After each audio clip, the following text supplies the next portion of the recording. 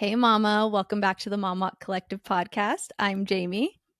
And I'm Ari, and we are two moms just trying to navigate through motherhood. But today we are three. We have Elizabeth on for episode 4 of her 5-part series. She is our Denver, Colorado ambassador. If you haven't listened to the rest of the series, please go back and listen. The episodes have been incredible. We've gotten amazing feedback that they are helping the mamas in our community and outside of our community. You guys, sometimes my tongue just gets tied. It's all good though, right? But Elizabeth, can you intro yourself? Yeah, absolutely. I'm so happy to be back for the fourth of 5 podcasts, all focusing on mental health. So my name is Elizabeth Wellington. I am a mom in Denver. My son Jack will be 2 in July. Cute. And he's so cute. And I'm a psychotherapist. I specialize in working with mamas and perinatal mental health and pregnancy. And I'm just so passionate about talking about our mental health during this huge transition in our lives that we're all in together. Guys, and she's so good at talking about it. Like, Thank literally, you. again, at every beginning of every episode, I go back and say, like, guys, go listen to the other ones because her knowledge helps you feel free. There is so much freedom in knowing from a professional that you're not crazy and that there's help and that there's resources and that there's studies behind everything you're experiencing. Even if mainstream media and influencers and all of this do not show that portion, that is why we are speaking with a professional, because she does, and she's phenomenal at it. So we just have loved having you, Elizabeth.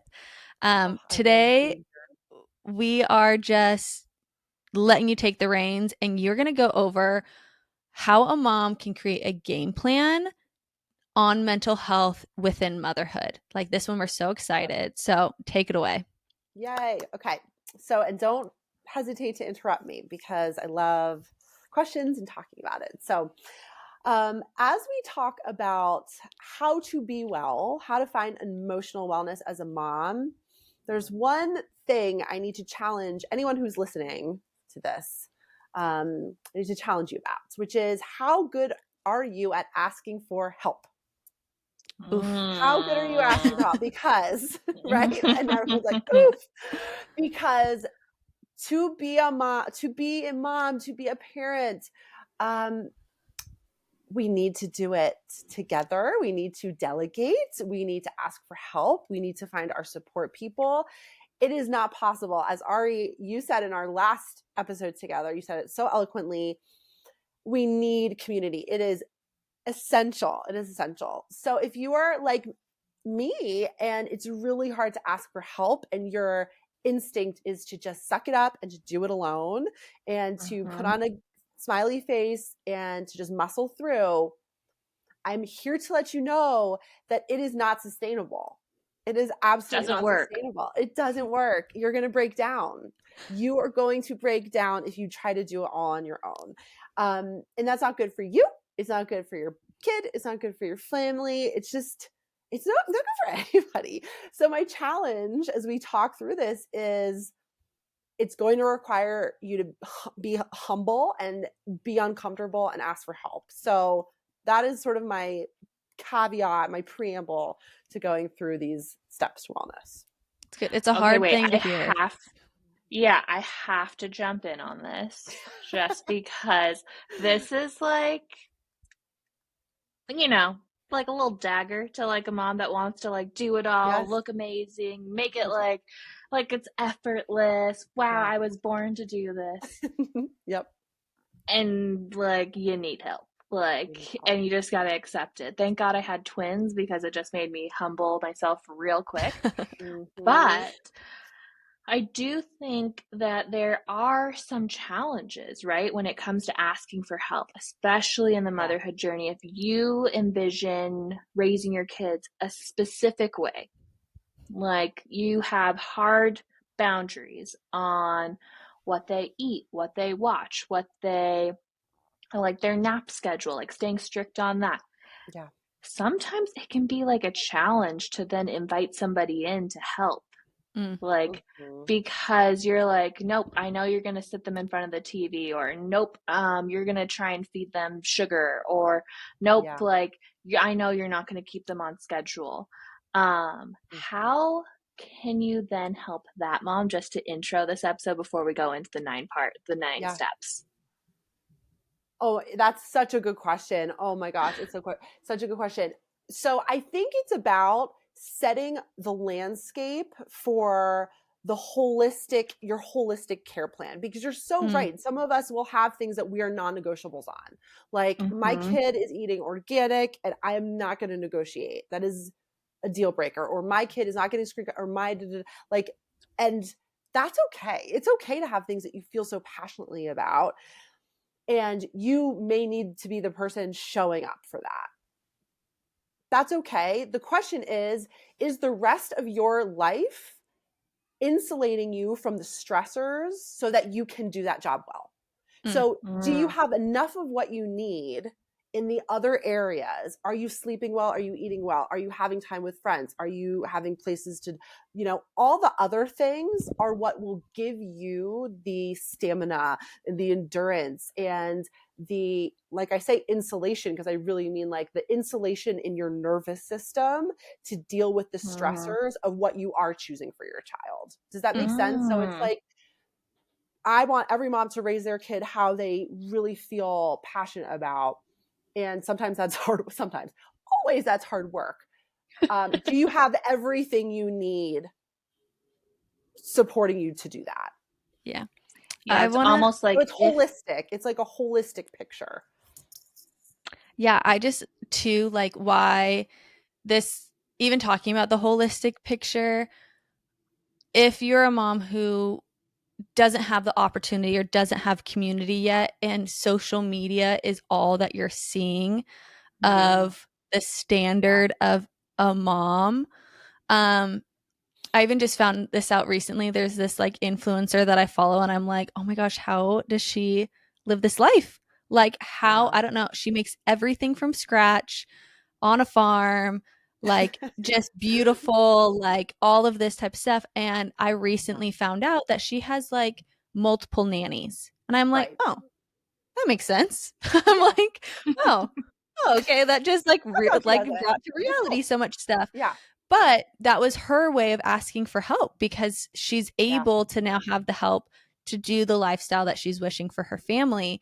And it was kind of like, I think I had to even break through like my own judgment of people who have like nannies or babysitters or family that's super involved and all that type of stuff. Because I think there's so much of like, you're a mom, you can do it type of deal. Like, why do you want someone else raising you or raising your kids? There's like so many things around that, which I hope that when you get into all of this, it's talking about how can you be the best you, whatever that looks like. Whether you are able to do it solo and that's the best you, or you do it with family's help, or you do it with paid help, or whatever it looks like.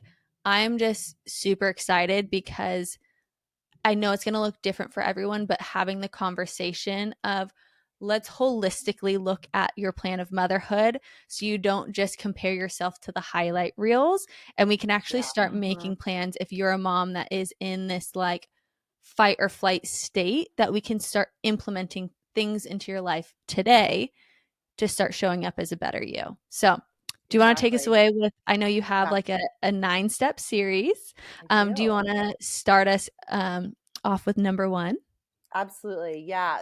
So this is actually a 9-step to wellness plan that was developed by the founder of Postpartum Support International. Her name is Jane Honigman, and she developed this 9 steps to wellness. And I love it so much. I use it with all my clients, and it's, I think there are a lot of people in the perinatal mental health world who use this 9 steps. So I would invite everyone to like take out a pencil and paper, or like take out your notes on your phone so you can write your little out, plan. People. Take it out, or just plan to watch this or listen this back later when you can, because I really want you to like write down your plan as we do this.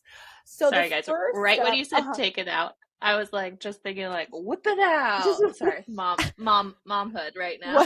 whip out your baby, Spencer. Yes, exactly. Okay, go ahead. Whip Go it ahead. out. Sorry. Whatever it is, whip it out. Whatever needs to be whipped out right now. Best selfie life. Oh my gosh. Sorry. Okay, I'm not interrupting Okay, anymore. Go, that's go, okay. go. That's okay. So the 9 steps to wellness. So number 1 is actually, you can like check it off the list because you're doing it right now. It is education. It is learning. It is going behind the highlight reel, like Jamie said, to educate yourself about this period of life and the impact of this period of life on mental health. So education, because as I've said a million times throughout these podcasts, education and knowledge and self-awareness is so much power when you are a mom. There's so much we don't know. There are so many myths. There are so many stigmas. So to be well, you need to arm yourself with an understanding of what is going on for you during this time. And I remember when I was, this is like, I can go on forever. When I was first like really struggling with my mental health as a new mom, all I wanted to know is, what is happening to me? What is happening? That was the question. Can someone just tell me what is happening? So education is just learn about yourself, learn about this period, find out what's happening. So you're doing it now. Listen to these podcasts. You're doing it now. There are some wonderful books. I think every book by Karen Kleiman, spelled Kleiman, Karen Kleiman, is wonderful. She writes an amazing book called Good Moms Have Scary Thoughts and normalizes the journey. So educate yourself, find books on postpartum depression, find books on perinatal mental health, and listen to these podcasts. Education. Love it. Great starting point. We'll put that in the show notes too. Yeah. Yes. Yeah. I'll send you those links. They're wonderful. Number 2, sleep. Sleep. Sleep. Okay. So sleep is. We're laughing because we don't sleep. So keep going. We don't sleep enough, 100%. And sleep is, some say, the leading factor in pushing a mom with risk factors past the edge into a full-blown perinatal mood and anxiety disorder. So sleep is that important, and the absence of it can make the difference between being okay and being not okay. Literally. It's a form of torture. Literally. Yes.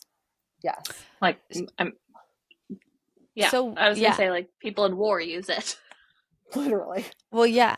So like, that's so much easier said than done, of like, hey, get some sleep. So it's like, done. Yes. And I know. Sorry for my cussing, but I'm gonna, a little cuss words. Sorry if you're in the car with kids, just turn it down a little bit. Like, no shit, Sherlock. Like, we know we need to sleep to survive, but like, what? How? What's a strategy on, like, say your kid is waking all the time, they're going through a sleep regression, maybe they're teething, maybe they're sick, maybe they're poor sleepers. What are some strategies to get better sleep on the sleep that you do have available, or any recommendations that you have towards sleep? So this is what I would say for this and every single thing on this list, for this and every single thing, because you'll be like, no shit, Sherlock, on every single thing on this list. Literally. And so this is like the point of the 9 steps to wellness. It's like bringing in your support people on this list to be like, how do we figure this out together? So right. So this is what I would say. It's not just about you, Jamie. It's your responsibility figuring out how to sleep. It's so much more complex than that, isn't it? Like every single thing on this list is going to be. So what I will do with my clients when we're going through this list and they're like, well, I can't do this because of this, and this is, and my husband doesn't understand this, and he's gone, and I can't talk to him about it, so he can't be helpful. Well, those are problems. So probably what we should do is sit down together with you and your partner and have together as a family, or your support person, or whoever you have in your corner, or it's your co-parent, or whomever it is, everyone is coming together to figure out how do we get these things for mom. It's a systems issue. This is a family issue. This is not a mom is figuring out this list on my own. Like, I can't do any of these things because this depends on this person. This is like the whole family is sitting down together in my office, obviously. And we're saying like, oh, you get to sleep all night long? How, okay, why is that? And she's waking up like, what's going on here? Okay, you think you should sleep? Well, that doesn't make sense because do you know that she's at higher risk? So all of these things need to be dealt with as a family and as a system all of the time. And I'm laughing for so many reasons right now. One, because sorry, I feel like I'm a tangent person right now. Just call me Jamie. But I'm just thinking about that TikTok of like sleep when the baby sleeps, and they're like, you know, the baby falls asleep in the stroller, and then the girl just like falls asleep in the middle of the street, like just like wherever. But also like. Also, I was laughing because if I was in your office and you're like, "Oh, you need to sleep," like, so I just couldn't.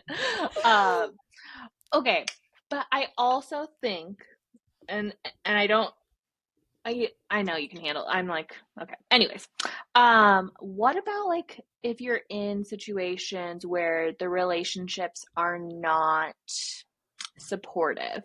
Like, let's talk about the mom that's like a single mom, doesn't have a great relationship with her spouse or her, you know, the co-parent, the child's. Yes, thank you. Got you. I'm from the hood. Some, you know, other things were about to come out. Baby daddy. Baby daddy. Ian hates that word. I like joke around and call him that. Sometimes he's like, no, so I haven't called him that in like months. But what if that's the case? Or what if maybe your closest friends are moms as well? And, you know, like they can't just come over and spend the night. Or maybe your parents aren't really in the picture. Like who does this mom have? And how do you help her find that person? And that's a good question. It is so much a personal situation and a person by person basis. So it depends is the answer. I'm not sure. It depends on each person's situation. I think it can be really helpful to talk this through with someone who's not yourself, because sometimes there are more resources available that we just don't know about because we're in our situations. This is also a plug for why Postpartum Support International is so helpful because, and we'll be talking about this in the last podcast, but they have a helpline that can connect you to resources as well, that anybody can call and say, this is my situation, this is what I need help with, who are resources that can help me with these specific things, whether that's a therapist or other resources in the community. There are groups that are specific to, I know Postpartum Support International has groups for single parents, single moms, that they share resources and planning, and it's facilitated by someone who knows what they're talking about. So what I would say is, you know, find the community that matches what you are in. Good. There is one for you. You may be the only single mom of all married friends. One of my best friends was a single mom or a solo parent. She was on her own, had no relationship. She ended up having to do it completely on her own. Like literally there was no on and off. She was the only parent 100% of the time for like many years. And she just had friends who were in relationships. She felt so alone, and the pressure's all on her. The wonderful thing about being in the day and age that we are in this technological space, is that there are groups for you. So I would say call Postpartum Support International and say, I'm a solo parent, or I'm in this situation. I'm in a relationship that's really tough and I don't have any support. I don't know what to do. Can you route me in the direction of a community for me? And there is one. And then hear from other moms about how they're doing it. That's amazing. Thank you for plugging that. Yeah. I think too, like just on the topic of sleep, like, and sleep training is a subject that you aren't aware of. I think there's things like that you can talk to as well within, whether it's a mom at the collective, at a walk that you're going to, or through one of the support systems that Elizabeth will connect us with, to learn ways of people who do have good sleepers, and what they did, or, normalizing other aspects so that, your baby becomes a good sleeper and you get the rest that you need. We know it's not the route for everyone. We're not like pro or against sleep training. But there's tools and resources that people have studied around pediatric sleep that may be the solution that you're looking for. And if so, we definitely have resources that we can plug to. I know one of our walk ambassadors is a sleep consultant. Ari and I have worked with a sleep consultant before. So we'll put that in the show notes for you guys if that's something you're interested. Okay, that was great. Sorry for my little well, duh. No, let's jump to number 3. No, they're all it's all well duh. Like all of it is well duh, but it's so much easier said than done. We just need to work harder and be really vigilant about how do I do these things for me, because I need to do them for my kids, for me and my kids, And the next one, so I'll give myself as an example for the next one. So the next well duh thing in our steps to wellness is nutrition, because we all famously are figuring out how to feed our children. That never ends. I mean, I'm like trying to figure out how to feed my 2-year-old like protein ever. And so this is a journey that never ends, but often neglect ourselves in the nutrition area. But what we know is we need to be eating regularly. We need to be eating healthy foods that are nutritious. There is a link between eating good things and mental health, related to inflammation. And it's hard. And it's so, so hard. So my strategy that I did when I had an infant and I wasn't eating and I was alone with him with a colicky baby is what I would do is on the weekends when I had help, I would batch make a ton of meals that would last me all week long. And I never was this sort of person. I'm not like a meal prep kind of gal ordinarily, but I realized if I want to eat ever something more than toast, and I know I need more than toast to keep myself not hangry, to keep my blood sugar up, to keep my mood up, I need more than that. I need to plan around it. So I started on the weekends, spending time in the kitchen while my baby had someone else to look, and I would spend a couple hours dedicated to it. And I still do it to this day. I spend all day doing it. I still do it. I spend Sunday is my day, and I make it fun for myself.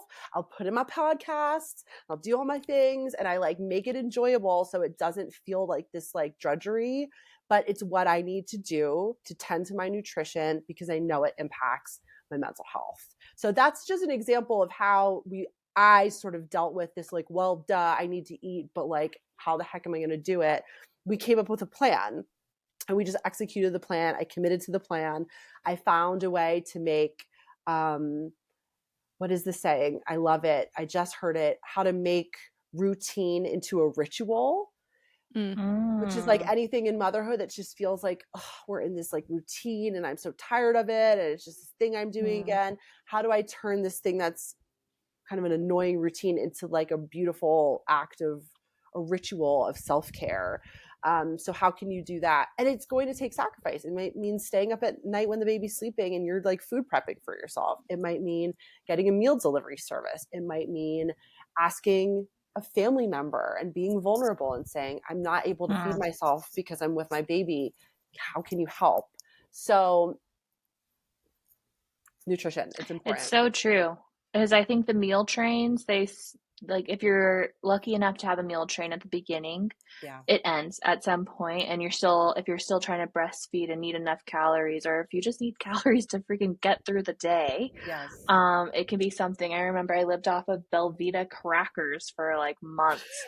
It was bad. It was so bad, but that was the only thing I could keep just readily available. Costco had a huge box, and since then we've taken that step towards okay, we need to just cut back in other areas and pay for a meal delivery service, because for us to eat well, like it's a step we have to take. I don't want to say a sacrifice or anything, but like it's trade-offs, right?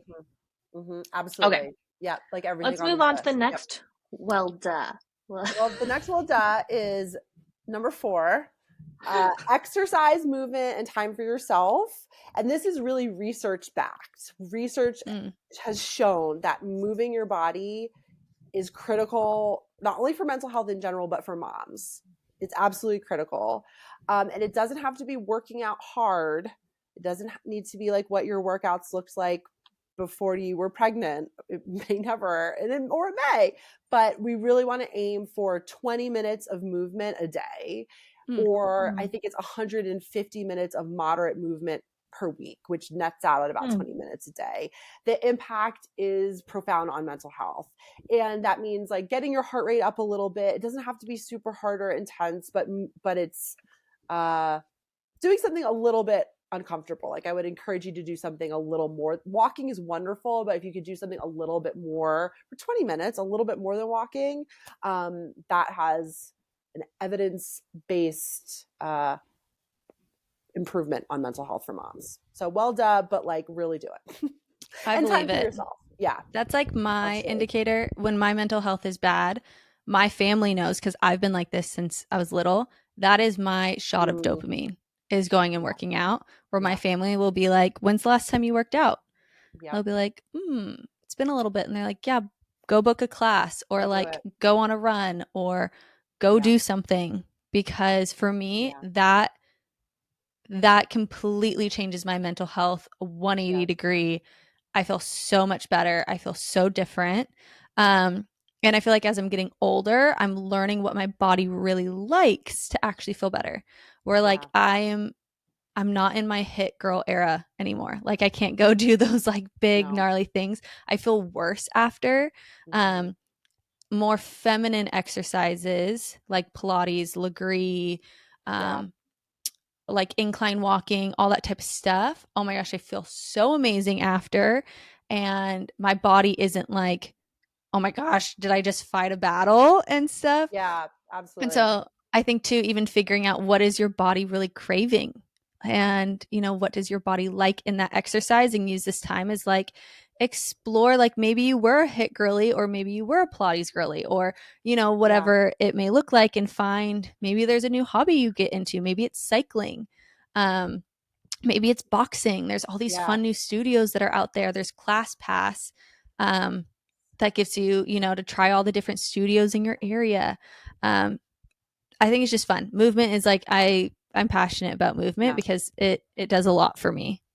Yeah, movement is Guys, medicine. I think we found our next challenge. Ooh. So, I mean, we're doing a mile a day for the month of May. So I'm going to come up with a good one for June. I love it. Basically like doing an extra like 20 minutes of movement. Oh, I whatever love it may be.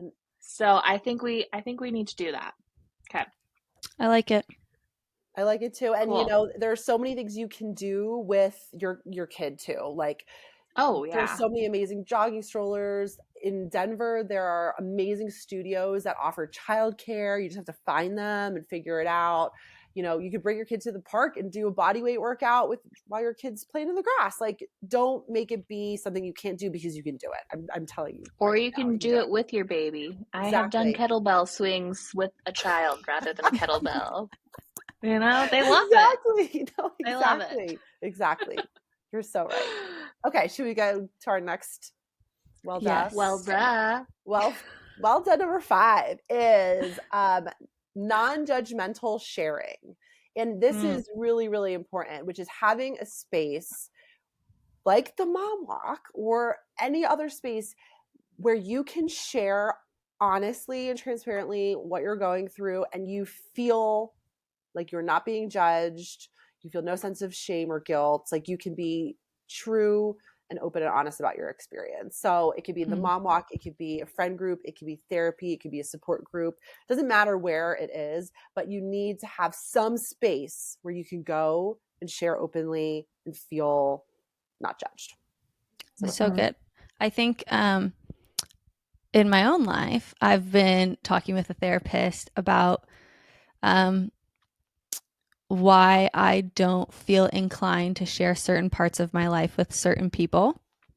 And we discovered it's because I've lost respect for them, or I don't admire how they're walking it out in their personal life, or I don't want their life. I don't want their outcome. And so it used to be pretty extreme where I just kind of like, not cut them out, but like you're just cut off from that part of my life and everything, and did things more extreme. Now we're working on like, oh, that's really great. Here's how you can maneuver conversations if you're not looking for their advice, or like, here's how you can do things. And I think I used to put the weight and pressure on one person to meet every area of my life. Yeah. To give me advice or to give me counsel or to share their experience.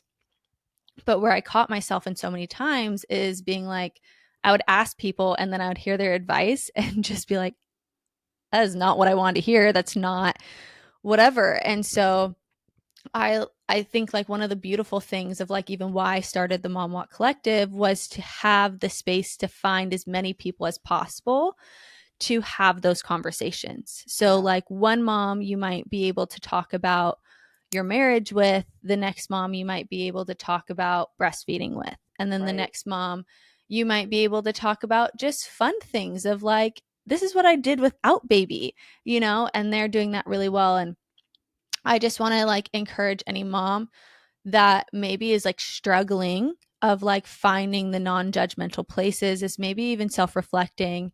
Is there a expectation that you've put on people unknowingly to meet everything, and so you're getting let down, and now you don't feel like you have a space at all, because that was me, and that was something that I really had to humble myself of being like, that's toxic. Like, let's actually like work through and give people the grace to have their own life and their own experience, and I can find that need in conversation somewhere else.